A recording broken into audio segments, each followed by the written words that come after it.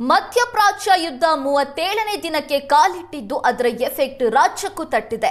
ರಾಜ್ಯಾದ್ಯಂತ ಎಲ್ಲಾ ಜಿಲ್ಲೆಗಳಲ್ಲೂ ಆಟೋ ಗ್ಯಾಸ್ಗೆ ಗಂಡಾಂತರ ಶುರುವಾಗಿದೆ. ಕೋಲಾರದಲ್ಲಿ ಎಲ್ಪಿಜಿ ಗ್ಯಾಸ್ಗಾಗಿ ಚಾಲಕರು ಪರದಾಟ ನಡೆಸುತ್ತಿದ್ದಾರೆ.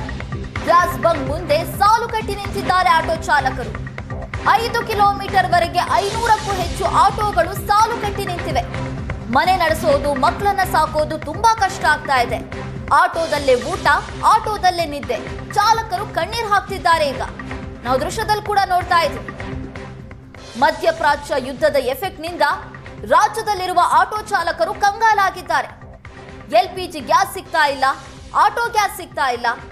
ಆಟೋ ಗ್ಯಾಸ್ನ ದರ ಕೂಡ ಜಾಸ್ತಿ ಆಗ್ತಾ ಇದೆ. ಹೇಗೆ ಜೀವನ ಮಾಡೋದು ಅಂತ ಪ್ರಶ್ನೆ ಮಾಡ್ತಿದ್ದಾರೆ ಆಟೋ ಚಾಲಕರು.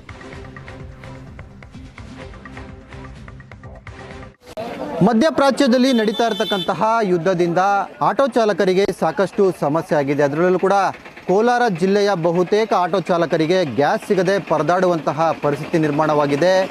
ಇವತ್ತು ಬೆಳಿಗ್ಗೆ ಸ್ಟಾಕ್ ಬಂದಿದೆ ಅನ್ನುವಂತಹ ಮಾಹಿತಿ ತಿಳಿದುಕೊಂಡು ನಿನ್ನೆ ರಾತ್ರಿಯಿಂದಲೇ ಸಹ ಸರತಿ ಸಾಲಲ್ಲಿ ನಿಂತ್ಕೊಂಡು ಆಟೋ ಚಾಲಕರು ಪರದಾಟವನ್ನು ಪಡ್ತಾ ಇದ್ದಾರೆ. ನಾನೀಗ ಕೋಲಾರ ಹೊರವಲಯದ ಕೊಂಡ್ರಾಜನಹಳ್ಳಿ ಒಂದು ಮುಖ್ಯ ರಸ್ತೆಯ ಬಳಿ ಇದ್ದೇನೆ. ಗಮನಿಸ್ತಾ ಇದ್ದೀರಾ, ಸುಮಾರು 5 ಬಂಕ್ನಿಂದ ಸುಮಾರು 5 ಕಿಲೋಮೀಟರ್ ದೂರದವರೆಗೂ ಆಟೋಗಳು ನಿಂತಿರ್ತಕ್ಕಂಥದ್ದನ್ನು ನಾವಿಲ್ಲಿ ಗಮನಿಸ್ಬೋದಾಗಿದೆ. ಅಂದರೆ ಆಟೋದವರಿಗೆ ಒಂದು ಆತಂಕ, ಏನಾದರೂ ಗ್ಯಾಸ್ ಸಿಗಲಿಲ್ಲ ಅಂದರೆ ನಮ್ಮ ಜೀವನ ಹೆಂಗಪ್ಪ ಅನ್ನುವಂಥದ್ದು ಅವ್ರಿಗೂ ಕೂಡ ಭಯ ಇದೆ.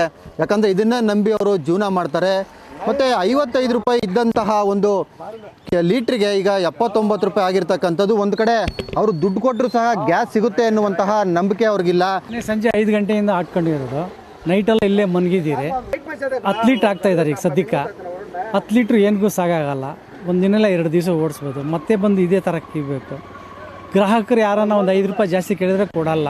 ನಾವು ಈ ಗಾಡಿನ ಮಾರೋದ ಇಟ್ಬಿಡೋದ, ಇದು ರೇಟು ಜಾಸ್ತಿ ಆಯಿತು. ಇವತ್ತು 10 ರೂಪಾಯಿ 80 ರೂಪಾಯಿ ಇದೆ, 80 ರೂಪಾಯಿ ಇದೆ, 5 ಪೈಸೆ ಕಮ್ಮಿ. ಸರ್, EMI ಕಟ್ಟಬೇಕು ನಾವು, ಅದು ಡೈಲಿ ತೊಗೊಂಡಿದ್ದೆ ಅದು ಕಟ್ಟಬೇಕು. ಅದನ್ನೇ ಸ್ವಲ್ಪ ಭಾಳ ಬಾಧೆ ಇದೆ ಸರ್ ಇದರಲ್ಲಿ. ನೋಡಿ, 2 ದಿನ ಆಯಿತು ಗ್ಯಾಸ್ ಬಂದು, 2 ದಿನ ಆಯಿತು. 2 ದಿನದಿಂದ ನಾವು ಕಾಯ್ತಾ ಇರೋದು. 2 ದಿನ ಗಾಡಿ ಓಡಿಸಿಲ್ಲ. ಮನೆ ಹೆಂಗೆ ನಡೆಸ್ಬೇಕು ಸರ್ ನಾವು? ಮಕ್ಕಳನ್ನ ಹೆಂಗೆ ಸಾಕೋದು? ಭಾಳ ತೊಂದರೆ ಇದೆ, ಭಾಳ ತೊಂದರೆ ಇದೆ. ನಮಗೆ ಸಹಾಯ ಮಾಡಿ ಸರ್. ಏನು ತೊಂದರೆ ಆಗ್ತದೆ ನಿಮ್ಗೆ? ಏನು ಸರ್, ಸಂಪಾದನೆ ಇಲ್ಲ ಸರ್. ಸಾಲ ಜಾಸ್ತಿ, ಸಂಪಾದನೆ ಇಲ್ಲ. ಮೊದಲು ದುಡ್ತೇವೆ ಸರ್, ಒಂದು 500 ರೂಪಾಯಿ 400 ರೂಪಾಯಿ ದುಡ್ತಾ ಇದ್ದೀವಿ. ಅದು ಇಲ್ಲ ಇವಾಗ. ಗ್ಯಾಸೇ ಇಲ್ಲ ಸರ್. ಮನೆಗೆ ನಾವು ತಗೊಂಡು ಹಾಕೋದೇನು ಸರ್? ದಿನ ಎಲ್ಲ ಇಲ್ಲಿ ಹೋಗುತ್ತೆ ಸರ್. ನಮ್ಮದು ದುಡಿದ್ರೆ ಊಟ ಇಲ್ಲದೇ ಇಲ್ಲ ಸರ್. ಮನೇಲಿ 6 ಜನ ಇದೀವಿ ಸರ್. ಹೌದು ಸರ್. ಕಣ್ಣೀರು ಹಾಕುವಂಥ ಮೂಲಕ ನಮ್ಮ ಮನೆಯನ್ನು ಇದನ್ನೇ ನಂಬ್ಕೊಂಡು ನಾವು ಜೀವನ ಮಾಡಿಸ್ತಾ ಇರ್ತಕ್ಕಂಥ ಮನೆ ನಡೆಸ್ತಾ ಇರೋದಾದ್ರೆ ನಮಗೆ ಗ್ಯಾಸ್ ಸಿಗುತ್ತೋ ಇಲ್ಲೋ ಅನ್ನೋ ಒಂದು ಆತಂಕ ಇದೆ ಅಂತ ಹೇಳ್ತಾ ಇದ್ದಾರೆ. ಇನ್ನಾದರೂ ಸರ್ಕಾರ ಇದ್ರ ಬಗ್ಗೆ ಗಮನ ಹರಿಸಿ ಆಟೋ ಚಾಲಕರ ಪರವಾಗಿ ಏನಾದರೂ ಕ್ರಮ ತೆಗೆದುಕೊಳ್ತಾರ ಅನ್ನುವಂಥದ್ದನ್ನು ಕಾದು ನೋಡಬೇಕಾಗಿದೆ. ಕ್ಯಾಮ್ರಾ ಪರ್ಸನ್ ಶ್ರೀನಿವಾಸ್ ಜೊತೆ ದೀಪಕ್, ಏಷ್ಯಾನೆಟ್ ಸುವರ್ಣ ನ್ಯೂಸ್, ಕೋಲಾರ.